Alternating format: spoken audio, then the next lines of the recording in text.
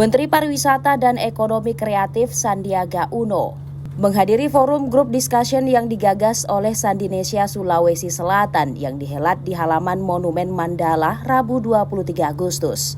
Sandi menemui ratusan pemuda Makassar yang merupakan mantan narapidana dan geng motor. Dalam diskusi tersebut, Sandi mendengar keluh kesah mereka. Sandiaga Uno menyebut anak-anak muda Makassar harus dirangkul lewat motivasi, serta mendengar keluh kesah mereka. Mereka ingin mendapatkan lapangan kerja dan tantangannya adalah bagaimana menyediakan kerja mudah bagi anak-anak muda ke depan.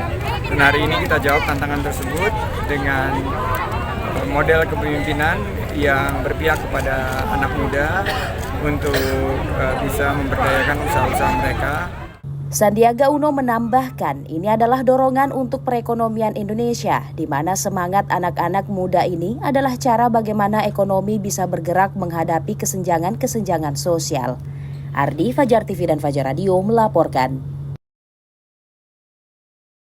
Terima kasih telah menonton. Jangan lupa subscribe, like, comment, and share. Saksikan terus informasi terbaru dengan menekan tombol lonceng hanya di channel Fajar TV.